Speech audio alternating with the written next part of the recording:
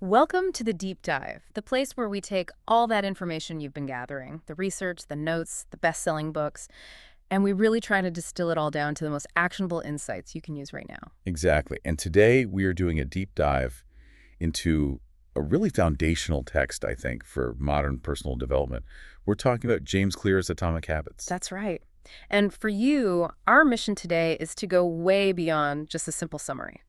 We're going to try and extract the core framework, the deep psychology behind it, and the super practical steps that show you how these tiny, almost invisible changes can compound into massive results. It's not just about feeling motivated, is it? It's really about architecture, building a system. And we have to start right there with that central idea because it completely flips how most of us think about self-improvement. It's the core thesis, and well, it's a brutal but elegant truth. It is. You do not rise to the level of your goals.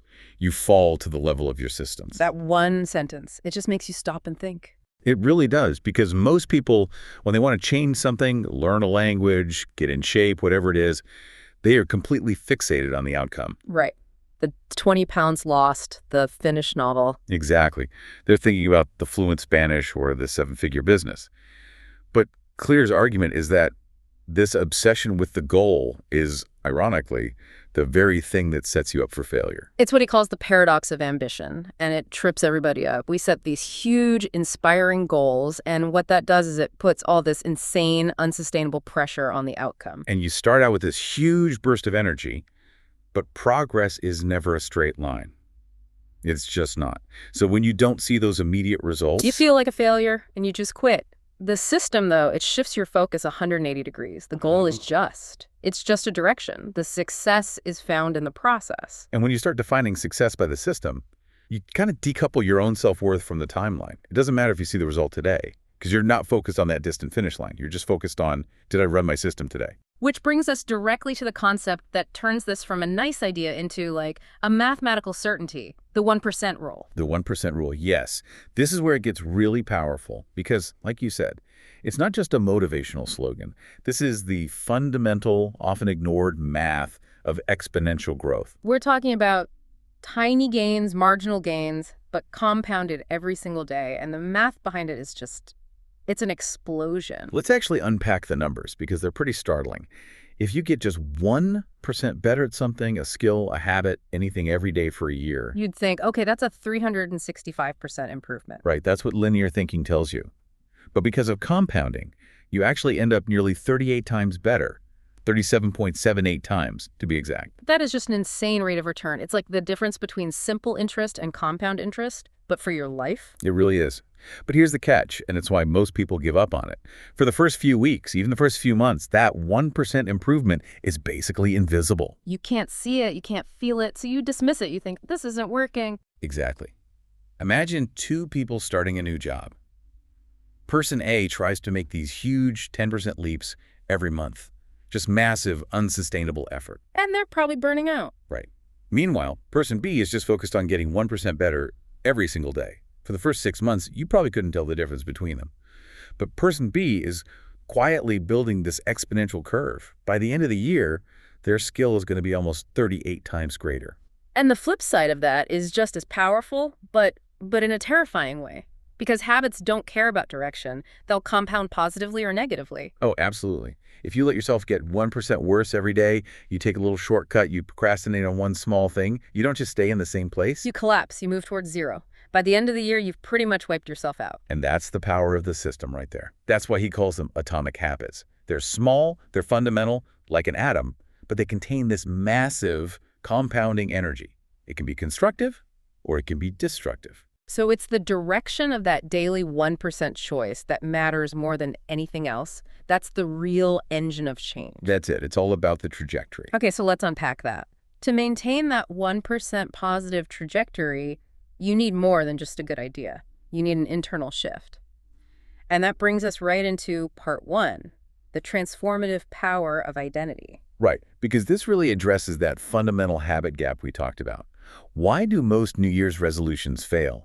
Why do these self-help plans fall apart? Because they're all focused on the outcome. Exactly. They overlook the deepest layer of what makes us change.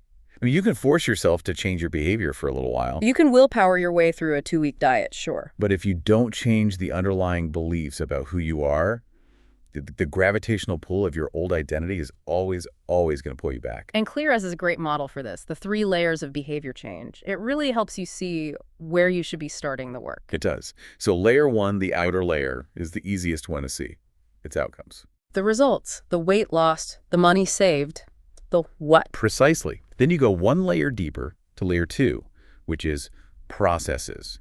These are the systems, the routines, the actual habits you do, the daily writing, the weekly budget check, the how. But the core, the one that most people miss, is layer 3. Layer 3, identity. This is the absolute core. It's the deep-seated beliefs you have about yourself, your self-narrative, and most people try to change from the outside in. They try to change layer 1, the outcome, hoping it will somehow magically change layer 3. But Clear argues that real, sustainable change has to start at layer 3. It has to start with identity. That's the whole game. You have to work from the inside out. And that shift it's huge. Instead of saying my goal is to publish a book, which is an outcome. You reframe the identity. You say, I am becoming the kind of person who doesn't miss a day of writing. So you're not forcing the behavior anymore. You're consciously adopting an identity that makes that behavior feel natural. Automatic, even. And this is where he introduces that powerful metaphor of casting votes. I love this idea. Me too. Explain that. Every single action you take, no matter how tiny it seems, is literally a vote for the type of person you want to become. So if you choose the salad over the fries. You just cast a vote for the identity of someone who prioritizes their health. If you sit down and you write for just 10 minutes, you just cast a vote for writer. I think that's such a critical insight. Because one run doesn't make you a runner. One healthy meal doesn't make you a healthy person. No, of course not. But it's the accumulation of those votes day after day that starts to change your self-narrative. It's like an election in your own mind, and you're trying to win it with small, consistent actions. How many votes does it take then? How do you flip that election? It just takes consistency, especially in that early phase when you can't see the results yet. You are literally rewriting the script in your head, and that just takes repetition. So instead of this huge forced effort to get fit. The focus becomes, I'm a person who prioritizes movement. Exactly. And over time, the habit stops being this chore that's imposed on you. It's not a struggle anymore. It just becomes an automatic extension of who you believe you are. But I have to ask, how does someone who has spent, say, 20 years identifying as a procrastinator, or someone who is bad with money, how do they actually start that identity shift? It can feel so abstract. It's slow, but it's not abstract. It's actually very actionable. You have to start small. You have to let the evidence build the identity. So you don't just declare, I am a minimalist and throw everything out. No. You start by saying, I'm the type of person who gets rid of one piece of clutter every day. The action is so small it's impossible to fail. And you let the evidence of those new habits slowly build up and create that new identity. So eventually, when you're faced with the choice to go to the gym, your brain doesn't even argue with you anymore. Right. It just says, well, of course I'm going. I'm a runner. That's what people like me do. So the goal isn't perfection. It's just reinforcing the new identity, even if it's just for 2 minutes. That solidification of identity, that's the ultimate goal. That is sustainable change. Okay, so once you have that internal identity shift happening, that sense of who you're becoming, you need the practical external machinery to make it happen, which brings us to part 2, the core framework, the 4 laws of behavior change. Right. And this framework, it's not just something he made up. It's built on a really foundational concept from behavioral psychology, which is the habit loop. Every single habit, good or bad, follows these 4 stages. It's a predictive cycle. Cue, craving, response, and reward. And what's so brilliant about Clear's work is he basically gives us the user manual for hacking that loop. For building a good habit, you have to systematically make it 1, obvious, which addresses the cue. 2, attractive, which is the craving. 3, easy for the response. And 4, satisfying for the reward. Let's go deep on these. Law 1, make it obvious. This is all about the cue, and the main insight here feels almost too simple, but it's a game changer. Environment is king. Absolutely. We tend to think we need more willpower, more self-discipline to make good choices. But the truth is, your willpower gets exhausted really quickly when you're constantly fighting a bad environment. So you don't need more grit, you need better design. You need better architecture. Your environment dictates your behavior way more powerfully than your motivation does on any given day. If the cues for your bad habits are everywhere and the cues for your good habits are invisible, you're going to fail. It's that simple. If the cookies are on the counter, you're going to eat the cookies. Of course you are. The cue is right there. If your workout clothes are buried at the back of a drawer, the cue is gone. That's not a moral failing on your part. It's a failure of environmental design. So the action step here is to become a conscious designer of your own space. Obsessively. You have to redesign your cue environment. Put the things that create friction, like your phone, out of sight. Put it in another room overnight. And then you make the cues for the good habits totally inescapable. Like putting a pitcher of water right on your desk. Or putting your running shoes right by the front door. Or putting your guitar on a stand in the middle of your living room instead of in its case in the closet. You're using visibility as the primary driver for your behavior. And within this law, he gives us this really powerful technique called habit stacking. This is genius because it solves the when and where problem for a new habit. It is the ultimate antidote to vague intentions, like I'm going to meditate more. That's useless. Habit stacking anchors a new habit. You want to start onto an existing habit that you already do automatically. Like making coffee or brushing your teeth? Exactly. The formula is beautifully simple. After I current habit, I will new habit. So after I pour my morning coffee, I will meditate for 1 minute. Yes. Or let's take a more complex example. Say you want to get better at planning your day. A vague goal is, I'll plan my day. Habit stack would be, after I sit down at my desk with my coffee, I will immediately write down my top 3 priorities for the day. The current habit, sitting down with coffee, becomes the non-negotiable trigger for the new one. You're making the new habit obvious by linking it in time and place to something you already do without thinking. You're baking it into your existing system. All right, that brings us to law 2. Make it attractive. This is all about the craving stage. A habit is only going to stick if your brain associates it with pleasure and anticipation, not with dread. Right. Behavior that feels good gets repeated. Behavior that feels bad gets avoided. It's a very basic principle. And one of the biggest levers we can pull here is a psychological one. The power of social norms. We are such social creatures. We're hardwired for imitation. We are. And Clear points out that we tend to imitate the habits of 3 specific groups. The close, so our family and friends. The many, so the dominant culture around us. And the powerful, meaning the people we look up to and who have the status we want. So the takeaway there is to choose your groups very carefully. If you want to get better with your money, you need to surround yourself with people where saving and investing is just the normal default behavior. Yes, exactly. If you join a running club, running suddenly becomes attractive because it's the price of admission. You crave that social belonging. You're essentially using positive peer pressure on yourself. Okay, so that's making the idea of the habit attractive. What about the actual task itself? That's where temptation bundling comes in. This is such a great technique. You pair something you should do with something you genuinely want to do. And by doing that, you create this positive association and anticipation. So I have to challenge this a little. It sounds like you're just bribing yourself. Does this brain really fall for that long term? It's more than a bribe. It works because it directly hijacks the brain's anticipation cycle, which is driven by dopamine. You're actively rewiring your brain's association map. How so? Let's say you only allow yourself to listen to your favorite true crime podcast while you're doing a chore you hate, like folding laundry.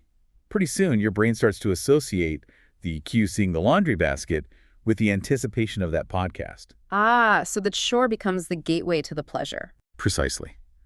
The necessary task becomes the prerequisite for the reward you actually crave. Your brain literally starts to look forward to the chore because of what it's bundled with. It reframes the entire experience. You're shifting the craving. The chore isn't a punishment anymore. It's the ticket to the fun part. That makes a lot of sense. It's incredibly effective. Okay, moving on to law 3. Make it easy. This is about the response stage. So we've got the trigger, we've got the desire. This law is all about removing friction from the actual execution. And this is where so many ambitious people, myself included, get tripped up. We try to go too big too fast. We create way too much friction for ourselves, and then we wonder why we quit. The core insight here is that human behavior is like water. It follows the path of least resistance. Always. And Clear's most practical application of this is the 2-minute rule. It's so simple and so powerful. When you're starting a new habit, you have to scale it down to a version that takes less than 2 minutes to do. And the point here is not about getting results right. The goal is to make the habit automatic. It's about mastering the art of just showing up. Exactly. It's about reinforcing that new identity we talked about. The action should just be a little ritual that kicks off the identity. So read for an hour becomes read one page. Go for a 5-mile run becomes put on my running shoes and walk out the door. Meditate for 20 minutes becomes sit on the cushion and take one deep breath. You are maximizing the number of times you win, the number of times you show up, by minimizing the energy it takes to start. That idea of initiation energy feels really key. I mean, why bother with just one page? It can feel a bit patronizing, can it? Why not just force myself to do the whole thing? Because your willpower is a finite resource, and the brain is fundamentally lazy. It resists high initiation energy. Think about starting a car on a freezing cold day. It takes a huge amount of power just to get the engine to turn over. But once it's running, it's fine. Right. The 2-minute rule focuses all your energy on just that initial start. Once you've crossed that tiny threshold, the running shoes are on, you've opened the book, it's so much easier to keep going for another 5 or 10 minutes than it was to start from a dead stop. You win the first 2 minutes, and often the rest just takes care of itself. It does. And this connects perfectly to the idea of decisive moments. These are the little hinge points in your day that can swing the next few hours in a totally different direction. That's a great way to put it. A decisive moment is a fork in the road. When you walk in the door after work, that is a decisive moment. Do you immediately drop onto the couch, or do you immediately change into your workout clothes? If you hit the couch, you've just created a mountain of friction you have to overcome to get up again. You're done for the night. But if you use the 2-minute rule to just put on your workout clothes immediately, you've completely changed the trajectory of your evening. The path of least resistance now leads to the gym, not the TV. You're making the good path the easy path. That's the whole principle. Okay, and that brings us to the final law. Law 4, make it satisfying. This addresses the reward stage, and it's so important because it tackles that fundamental problem with good habits, which is delayed gratification. This is the universal trap, isn't it?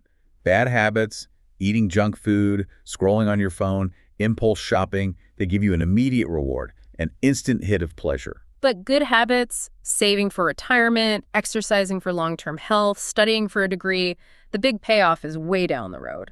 And since the human brain is wired to prioritize immediate feedback, those good, delayed reward habits are always the first to die when things get tough. So the solution has to be to somehow bring the reward into the present moment. We have to engineer a system that makes the good behavior feel good right now. We have to.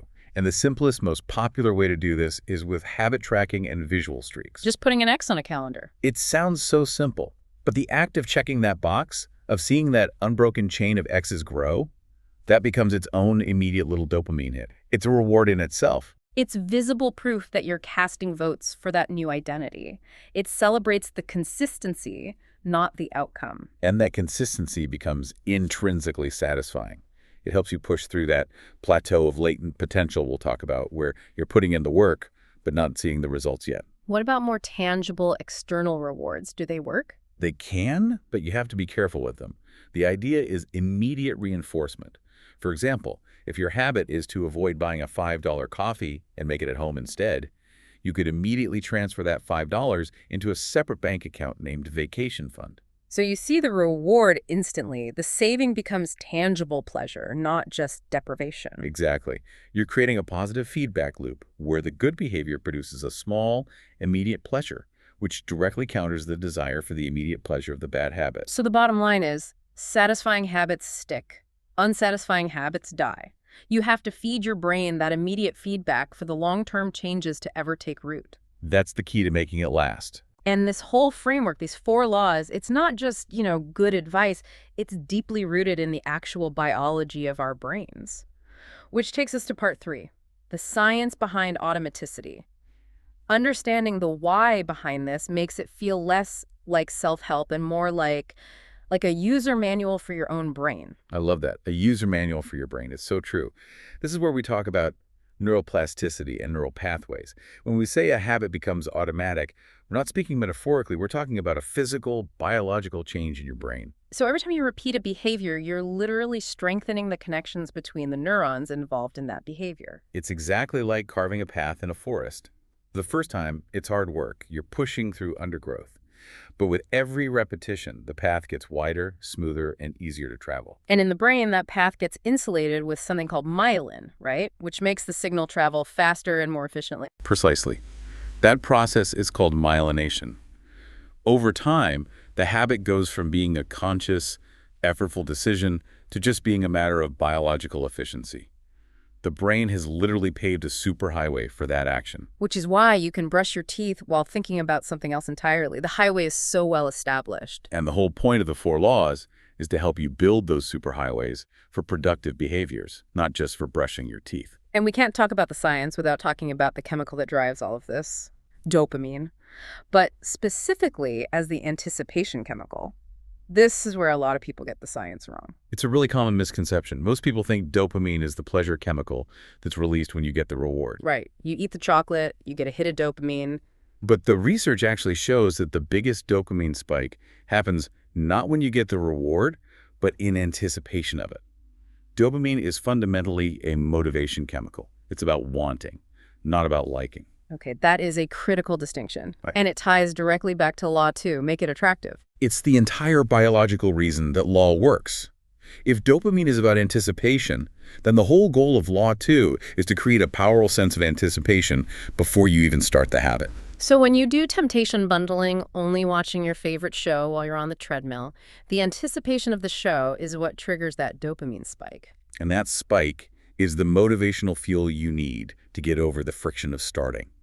Your brain learns to anticipate the reward, and that makes the work that comes before it feel easier and more desirable. It's the biological engine of initiation. So the end goal of all this, the point where the identity shift and the biological wiring finally sync up, is automaticity. Automaticity, where the right behaviors are performed with almost no conscious thought.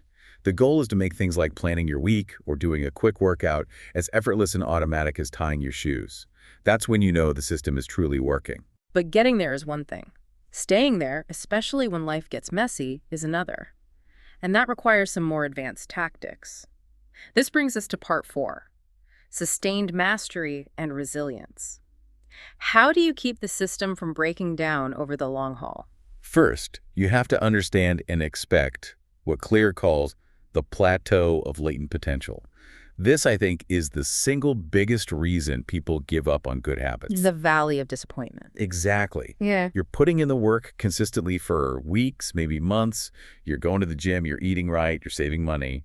But you look in the mirror, you look at your bank account, and you see nothing. It feels like it's not working. Because we expect progress to be linear. We expect a reward for every deposit of effort. But that's not how compounding works. The key insight here is that adaptation is happening under the surface the whole time. You are building muscle, you're strengthening those neural pathways, you're accumulating capital, but the results are invisible for a while. Until they're not. Until you hit that breakthrough point and the results suddenly seem to appear all at once. And success depends entirely on having the faith to trust the system and persist through that valley. You have to value persistence over passion. Another key for long-term motivation is finding what he calls the Goldilocks zone. Not too easy, not too hard, just right. Exactly. If a task is too easy, we get bored, we get distracted. If it's way too hard, we get overwhelmed, we feel defeated, and we quit. The sweet spot for long-term motivation, for that feeling of flow, is when a task is right at the edge of your current abilities. So for mastery, you have to be constantly, but only slightly, increasing the difficulty. Marginally. If you're a runner and a 5K is easy now, you don't jump straight to a marathon. That's too hard. You aim for a 6K or you try to beat your 5K time by 10 seconds. You stay in that Goldilocks zone to keep it engaging. Now, we also need a word of warning about measurement here. The idea of tracking versus doing. We talked about how tracking can be satisfying, but there's a trap. There is. You have to be careful not to confuse collecting the data with doing the actual work. Right. If you spend 20 minutes perfectly logging all your calories in an app, but only 5 minutes actually preparing a healthy meal, your priorities are backward. The tracking is meant to serve the habit, not become the habit itself. The tracking is the map. It is not the territory. The goal is always the habit. And we also need to admit that sometimes internal systems just aren't enough. We need external structure. That's where accountability and social pressure come in. So important. Having a coach or a workout partner, or just making a simple pact with a friend, it creates an external boundary that pure internal motivation can't always provide. It leverages that slight fear of letting someone else down, which can be a really powerful motivator on days you don't feel like it. It does. It adds durability to your system, especially when life gets stressful and your own willpower is low. We also need to face the reality of the dark side of compounding. It's not all positive. Bad habits compound just as viciously as good ones. And because they're often immediately rewarding, they can get entrenched so quickly. Procrastination, constantly checking your phone, negative self-talk. The more you do them, the easier and more automatic they become. Thanks to neuroplasticity. Exactly. And the solution is never just to try harder or to feel shame. The solution is to attack the system. You have to redesign the environment using Law 1, like putting the phone in another room, and you have to replace the response using Law 3. So when I feel the urge to check my phone, I will instead do 2 minutes of stretching. You have to replace the bad habit, not just resist it. And finally, because life is never perfect, we need a rule for when things inevitably go off the rails. The rule of recovery: never miss twice. This might be the most important rule of all. Stress, sickness, travel. Something will always come up and break your streak. And that's okay. Missing once is an accident. It's normal.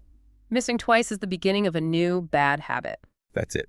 Clear says the mark of a true pro, the thing that proves the durability of your new identity, isn't perfection. It's the speed with which you get back on track after you slip up. You don't have to be perfect. You just have to never miss twice. Which brings us full circle, really, to part 5, building a system for life. Now that we have all the tools, we can see what system-based thinking actually looks like in practice and how it really is superior to goal-based thinking. Right. To reiterate that core difference, goals are temporary. They're finish lines.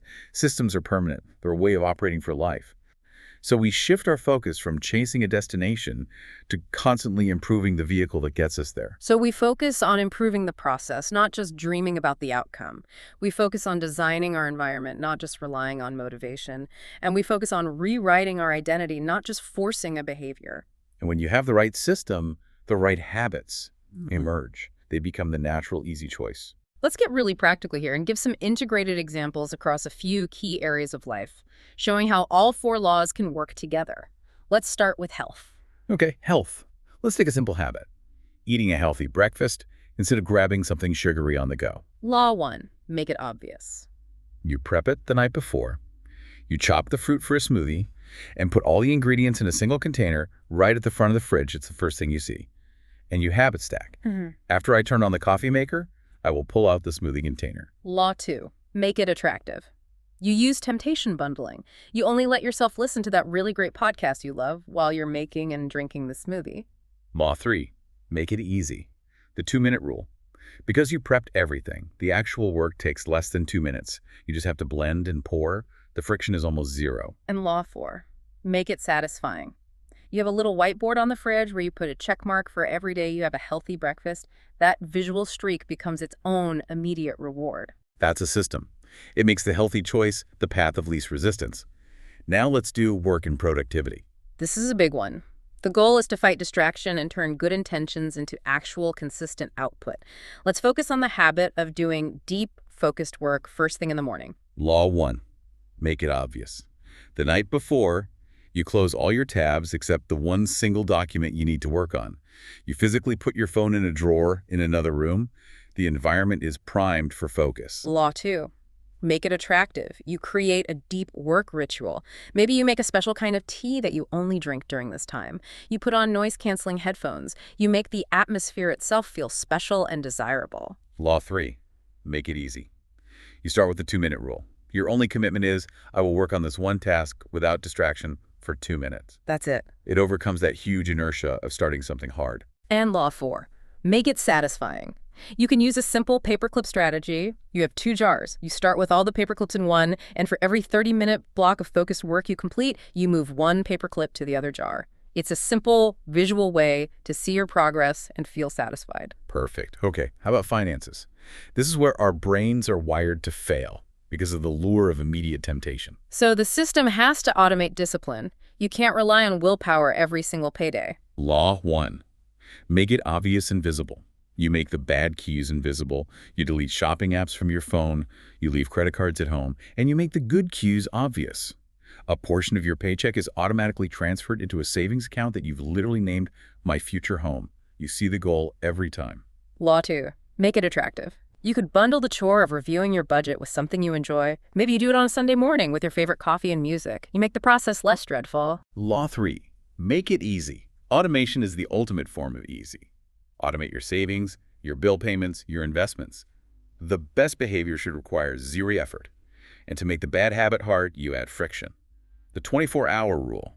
For any non-essential purchase over, say, $100, you have to wait 24 hours before you can buy it. And Law 4. Make it satisfying. You create a simple spreadsheet or use an app that charts your net worth. Seeing that line go up, even by a little bit, provides an immediate, satisfying feedback loop for a very long-term goal.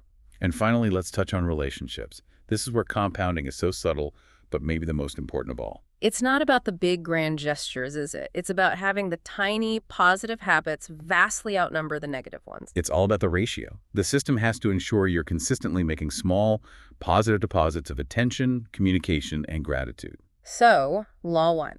Make it obvious. A great habit stack. When I walk in the door from work, the first thing I will do before I check my phone is find my partner and ask them about the best part of their day. The cue is walking in the door. Law 2. Make it attractive. You make the interaction itself attractive. You put your phone down. You make eye contact. You are fully present. The immediate reward is a moment of genuine connection, which is inherently attractive and desirable. Law 3. Make it easy. The 2-minute rule of listening. When your partner is talking, you commit to just 2 minutes of active listening without interrupting or planning your response. It's a small commitment to presence. And Law 4. Make it satisfying. You could have a gratitude habit. Once a week, you just jot down one small thing you appreciated that your partner did. It makes you actively look for the good, which makes the positive interactions visible and satisfying to your brain. So we've covered the framework, the science behind it, and how to build a complete life system. Let's bring this deep dive home now with a final synthesis of it all. I think the biggest takeaway, the idea that disrupts everything, is that transformation is not one big dramatic moment. It's not a lightning strike. It is the slow, subtle, and ultimately exponential result of thousands of tiny actions, all compounding over time, all guided by a well-designed system. And the realization that your life right now, today, is simply the sum of your habits. It's a lagging measure of your daily processes, not your big dreams or your good intentions. If you want a different life 5 years from now, you have to start building different habits today. You start with 1%. You start by making it obvious, attractive, easy, and satisfying. The moment you start aligning your identity with those tiny habits, change stops being this thing you have to force yourself to do. It just becomes who you are. The system runs itself. Exactly. Which leaves us with our final provocative thought for you to take away from all this. Every single habit you perform, no matter how small it feels, is a vote cast for the person you are becoming. So, what kind of person are you voting for today? Because that simple atomic choice is infinitely more important than the goal itself.